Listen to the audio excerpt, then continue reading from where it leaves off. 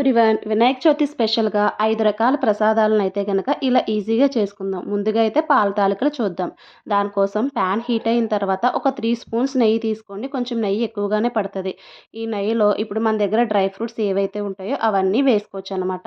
నేనైతే జీడిపప్పు, కిస్మిస్, బాదం వేసుకున్నా. ఇవన్నీ దోరగా వేగిన తర్వాత పక్కకు తీసేసుకొని, ఇప్పుడు అదే ప్యాన్‌లో ఒక కప్పు వాటర్ వేసుకోండి. ఏ కప్పుతో అయితే తీసుకుంటున్నామో అదే కప్పుతో ఒక కప్పు వాటర్, ఒక కప్పు బెల్లం, ఒక కప్ అయితే గనక బియ్యం పిండి, 3 కప్పులు పాలు. ఇదైతే కొలత అనమాట. ఇప్పుడు వాటర్‌లో 2 స్పూన్స్ అయితే బెల్లం వేసుకొని, మిగతా బెల్లాన్ని పక్కన పెట్టుకోండి. బాగా బెల్లం కరిగిన తర్వాత, మనం ముందుగా తీసుకున్న బియ్యం పిండినైతే గనక ఇందులో వేసుకొని, ఉండలేమి లేకుండా చక్కగా మొత్తం ఆ నీళ్ళలో కరిగేటట్టు కలుపుకోవాలనమాట.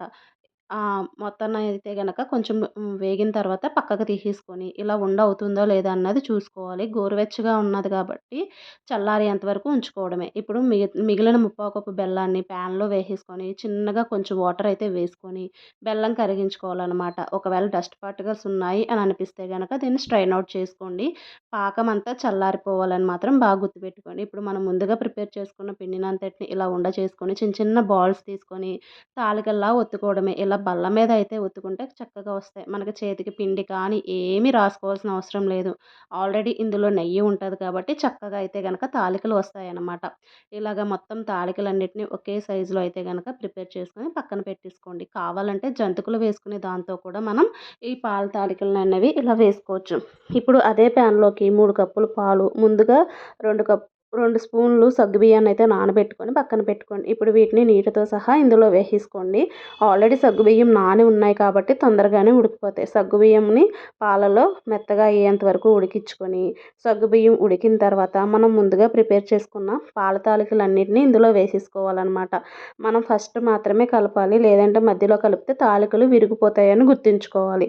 ఇలా పాల తాలికలన్నిటిని పాలల్లో ఒక 10 నిమిషాలైతే ఉడకనివ్వండి. ఇలా దగ్గరగా ఉడికినంత వరకు ఉడికించుకోవాలి. నీళ్ళైతే వెయ్యొద్దు పాలల్లో. అప్పుడే టేస్ట్ అనేది మంచిగా ఉంటదనమాట. ఇప్పుడు ఒక స్పూన్ బియ్యం పిండిని నీటిలో కలుపుకొని వేసేసుకోవాలి. ఇది ఎందుకంటే తాలికలనేవి కొంచెం చిక్కబడటానికి. లేదు మాకొద్దు అనుకుంటే గనక దీన్ని స్కిప్ చేసేసుకోవచ్చు. ఇలా కొంచెం సేపు తర్వాత దగ్గర పడతది. అప్పుడు ఇలాచీ పౌడరు, మనం ముందుగా ఫ్రై చేసుకున్న డ్రై ఫ్రూట్స్‌ని, అలాగే స్టవ్ బంద్ చేసి బెల్లం పాకాన్ని వేసేసుకుంటే గనక మన పాల తాలికలనేవి రెడీ అయిపోతది. మనం స్టవ్ బంద్ చేసి బెల్లం వేసుకుంటే గనక పాల తాలికలనేవి విరిగిపోకుండా వస్తాయన్నమాట. ఇంతేనండి, పాల తాలికలైతే గనక రెడీ అయిపోయింది. ఒక్క ప్రసాదంగా పాల తాలికలని ఇలా సింపుల్‌గా అయితే గనక ప్రిపేర్ చేసేసుకుందాం. పాల తాలికలు రెడీ అయిపోయిన తర్వాత వీటిని పక్కకు తీసేసుకొని ప్రసాదంలాగా ఒక గిన్నెలోకైతే తీసేసుకొని పక్కకు పెట్టుకోండి. అంతేనండి, మన పాల తాలికలు రెడీ అయిపోయినాయి. ఇప్పుడు సెకండ్‌గా అయితే గనక ఉండ్రాళ్ళని చేసుకుందాం. ఒక్క రవ్వతోనే 3 రకాల ప్రసాదాలనేవి రెడీ అయిపోతాయి. దానికోసం అయితే నేను 2 స్పూన్లు శనగపప్పుని తీసుకొని ముందుగానే నానబెట్టుకొని పెట్టుకున్నా.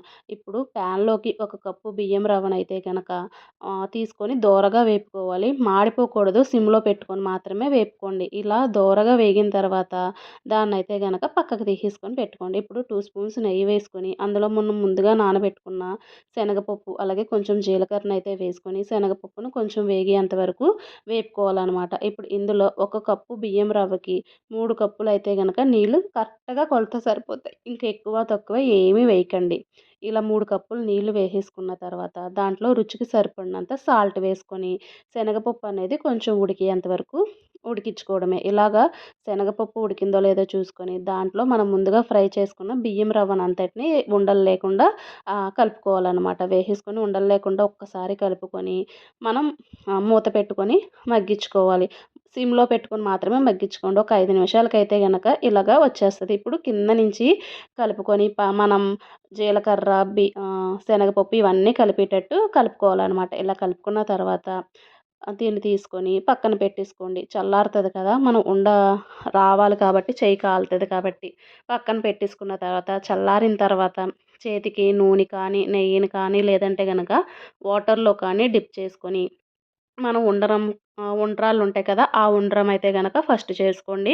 అలాగ ఒక 5 నేనైతే గనక పిడికిలి బిగించేలా చేస్తున్నాను కదా! ఇదొక మోడల్. అలాగే ఉండ కింద చేసుకొని దాన్ని అప్పడం కింద చేసుకుంటే అదొక మోడల్ అనమాట.